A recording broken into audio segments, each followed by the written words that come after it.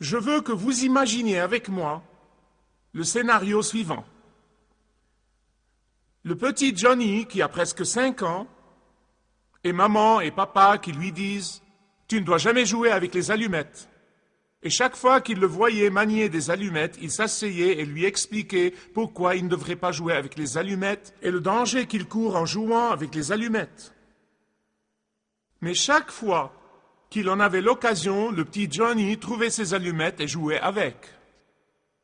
Chaque fois que maman et papa ne regardaient pas, il jouait avec ses allumettes, il n'arrête pas de jouer avec, jour après jour après jour. Et pendant plusieurs jours, rien n'est arrivé. Puis un de ces beaux jours, il allume une allumette et prend feu, et voilà que ses 2 petites mains sont brûlées. Non seulement il souffre le martyre pendant qu'on le transporte à l'hôpital en ambulance, avec maman et papa assis près de lui, mais aussi il crie dans son esprit sensible à maman et papa et dit « Je suis désolé, je suis désolé, je suis désolé, je sais que vous m'avez dit de ne pas jouer avec les allumettes, et je vous ai désobéi. Je suis très désolé. » N'importe quelle maman ou quel papa dirait « Fils, nous te pardonnons. » Ils aimaient le petit garçon. Il souffrait le martyre et agonisait à cause de sa douleur physique. Ils auraient préféré endurer la douleur à sa place. Alors, ils lui ont assuré qu'ils lui ont pardonné et lui ont assuré le meilleur traitement médical que l'argent peut acheter. Maintenant, avance rapide. 5, 10, 15 ans ont passé et le garçon est devenu un adulte. Et il regarde ses mains et voit ses cicatrices qu'aucune chirurgie esthétique au monde n'a été capable d'estomper. Et il regarde ses cicatrices et il est un homme maintenant. Et il dit « Je me demande si mes parents m'ont vraiment pardonné cet acte de désobéissance qui a causé ces cicatrices. » Ses parents, pour leur part, ne cessent de lui assurer qu'ils lui ont pardonné à l'instant où il a dit qu'il était désolé. Mais maintenant, le grand garçon est tourmenté par ses cicatrices. Il se dit, s'il m'avait vraiment pardonné, pourquoi j'ai toujours ces cicatrices? Ses parents lui disent, Johnny, tu dois comprendre. Ces cicatrices sont les conséquences de ta désobéissance quand tu étais un petit garçon. Ces cicatrices n'ont rien à voir avec la grâce que nous avons pour t'aimer. Ces cicatrices que tu as n'ont vraiment rien à voir avec notre pardon. Ces cicatrices n'ont rien à voir avec notre amour inconditionnel pour toi. De grâce, Johnny, que ces cicatrices soient un rappel, toujours, de notre acte de pardon envers toi. Qu'elles te rappellent notre acte d'amour inconditionnel. Que ces cicatrices te rappellent notre acte de pardon et de grâce envers toi. Si vous comprenez, dites Amen. La raison pour laquelle je dis ça est que je rencontre tout le temps des gens qui confondent la grâce de Dieu avec les cicatrices profondes qui ont eu lieu dans leur vie à cause de leur désobéissance. Il y a beaucoup de personnes qui doutent de la grâce de Dieu simplement à cause des cicatrices qui en réalité sont là par suite de leurs péchés passés. Et c'est toutes ces cicatrices-là que l'ennemi utilise souvent pour empêcher les gens d'être efficaces au service de Dieu. Quand Dieu dit, maintes et maintes fois dans sa parole, quand vous vous repentez, je vous pardonne. Ma grâce couvre tous vos péchés passés. Je ne vous reproche pas vos péchés. À l'instant où vous recourez à moi, je vous pardonne et j'oublie. Mais oh, personne ne peut rien pour les cicatrices. Nous voyons ce tableau très clairement dans la vie du patriarche Jacob. Jacob part de Béthel. Et pour ceux qui étaient là, rappelez-vous, mes amis, qu'il part de Béthel, où il a vu Dieu quand il était seul, où il a rencontré Dieu face à face. Il s'éloigne de Bethel, où il a eu un rêve que Dieu lui a donné. Il s'éloigne de Bethel, où il a reçu une vision de Dieu. Et maintenant, il arrive à destination. Si vous suivez cette série de messages, vous vous souviendrez qu'il a trompé son père Isaac et qu'il a pris la bénédiction de l'aîné, que, comme le veut la tradition, son père allait donner à Ésaü, en s'habillant comme Ésaü et en sentant comme Ésaü et trompant son père. Et sa mère lui dit, fuis d'ici parce que ton frère va te tuer. Elle lui dit, va chez mon frère Laban, il vit à Haran. Je vais vous montrer ça sur la carte pour que vous ayez une idée du voyage que Jacob a fait. Ils étaient à Beersheba, qui est la région de Gaza, des temps modernes, et il a voyagé à travers Shechem à Bethel. Et Bethel est là où il a passé la nuit, et c'est un voyage de 80 kilomètres. Il s'impatientait de se mettre en route. Il part de Bethel, et en moins de 3 jours, il arrive à Haran, qui n'est pas loin de Ninive, l'Irak des temps modernes. C'est là d'où venait Abraham, c'est là où le frère d'Abraham, Nahor, vivait. Donc, Rebecca, la mère de Jacob, l'a envoyé au pays de sa famille, à son frère Laban. Et il arrive à Haran, sa destination. Et là, dans la ville de Haran, Jacob se retrouve face à face avec les conséquences de sa tromperie envers son père.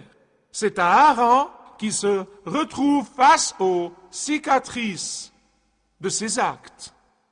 C'est à Haran que Jacob se retrouve en fait face à face au principe biblique des semailles et des moissons. Quand Jacob arrive dans la ville de Haran, il rencontre une belle jeune fille. Non, mais dès qu'il arrive, je peux le comprendre, car quand personnellement je suis arrivé en Australie, j'ai rencontré une belle jeune fille.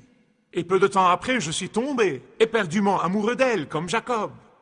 Et je remercie Dieu pour elle. Pauvre vieux Jacob, il regarde cette fille et il craque. Il essaye même de faire le super macho, avec une force surhumaine.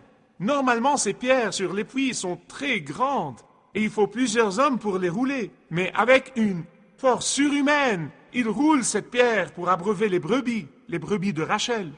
Vous savez comment les hommes font. Parfois, vous voyez des hommes qui manquent d'assurance. Quand ils voient passer une belle femme, ils font rentrer leur estomac.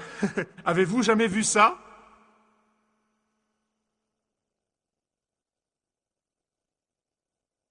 Ça ne marche pas. Comme ce type qui n'arrêtait pas de dire à cette fille dont il était amoureux, il lui dit « C'est toi que j'aime, je t'aime et je veux t'épouser. » Elle lui dit « Non, tu ne veux pas m'épouser, tu veux épouser une belle fille. » Et dans son enthousiasme, il dit « Non, je ne veux pas épouser une belle fille, je veux t'épouser à toi. » Le pauvre. C'était le cas de Jacob, il a complètement perdu la raison. Il a eu le coup de foudre pour Rachel. Et ainsi, il était prêt à faire n'importe quoi pour avoir la fille. Vous voyez? Contrairement à cet avare qui aimait cette fille et voulait l'inviter à dîner. Ensuite, quand il l'invite à dîner, il lui dit « Je pense que nous allons partager les frais toute la soirée. » Elle lui dit « D'accord, donc ils vont dîner et tout ça. » Ensuite, il la raccompagne à la maison.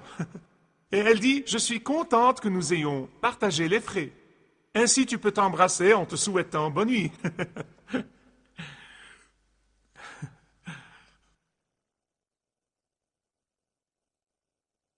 Mais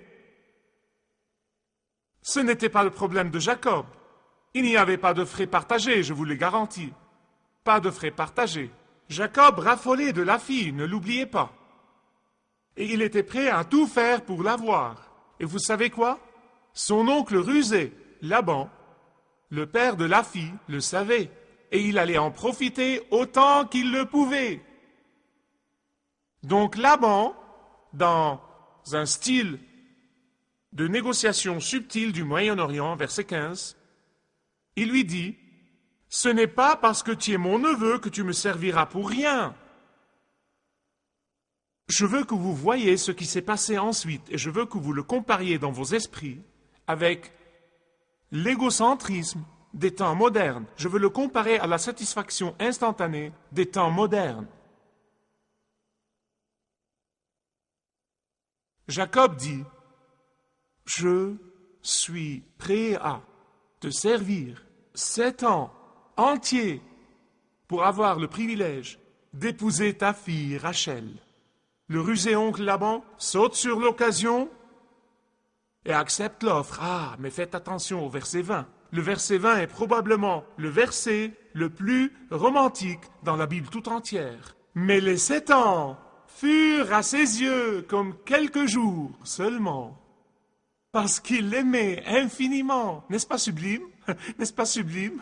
Ça vous réchauffe le cœur, n'est-ce pas? Aujourd'hui, dans notre culture pressée, nous ne prenons pas le temps d'apprécier et chérir et entretenir nos épouses.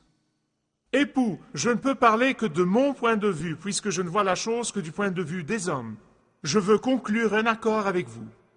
Si vous prenez le temps chaque jour, au moins une fois par jour, les amis, une fois par jour, de dire à votre femme comme elle est importante, comme elle est précieuse, comme vous êtes heureux de l'avoir, comme vous êtes reconnaissant à Dieu de l'avoir, comme elle compte pour vous, je vous promets, vous aurez le paradis sur terre, dans votre maison. Remboursement garanti. Mesdames, je veux votre coopération là. Car je n'ai pas assez d'argent pour tenir toutes ces promesses, d'accord? Je sais que ça marche. Jacob adorait Rachel. Mais son père, le rusé oncle Laban, le savait, et là, l'affaire se corse. Rachel avait une sœur aînée. Et donc, la nuit de noces, après un travail dur, un travail acharné de 7 ans, sans l'aide de l'électricité, évidemment,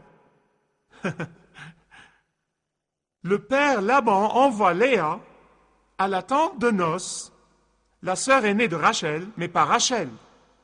Donc le lendemain matin, Jacob se réveille et voit ce qui est arrivé et pique une de ses crises. Il sort de sa tente et dit ce qu'il a à dire à son beau-père, oncle Laban. Regardez le verset 25. Je veux que vous le souligniez si vous avez votre Bible avec vous, ou même si vous avez une Bible dans le banc devant vous, et vous pouvez la prendre avec vous, si vous voulez. C'est un verset très important, le plus important du chapitre tout entier. Verset 25 de Genèse 29. Jacob fait face à son oncle, maintenant son beau-père, et lui dit, « Oncle, pourquoi m'as-tu trompé ?» Waouh! On peut dire qu'il a récolté ce qu'il a semé. Il y a 3 ironies que je ne veux pas que vous manquiez. 3 ironies. Première ironie. Ésaü était censé servir Jacob d'après une prophétie de Dieu, un oracle qui dit « Le grand servira le petit ». Ésaü était censé servir Jacob. Mais voilà que Jacob sert Laban. Deuxième ironie. En ayant Léa d'abord, puis Rachel, Jacob a dû comprendre, du moins sentir, ce qu'Ésaü a dû sentir en tant qu'aîné. Ironie numéro 3. Jacob a été trompé par le père de Rachel, comme il a trompé son propre père. Le trompeur a été trompé. Le trompeur a été trompé. Que se passe-t-il là? Que se passe-t-il là?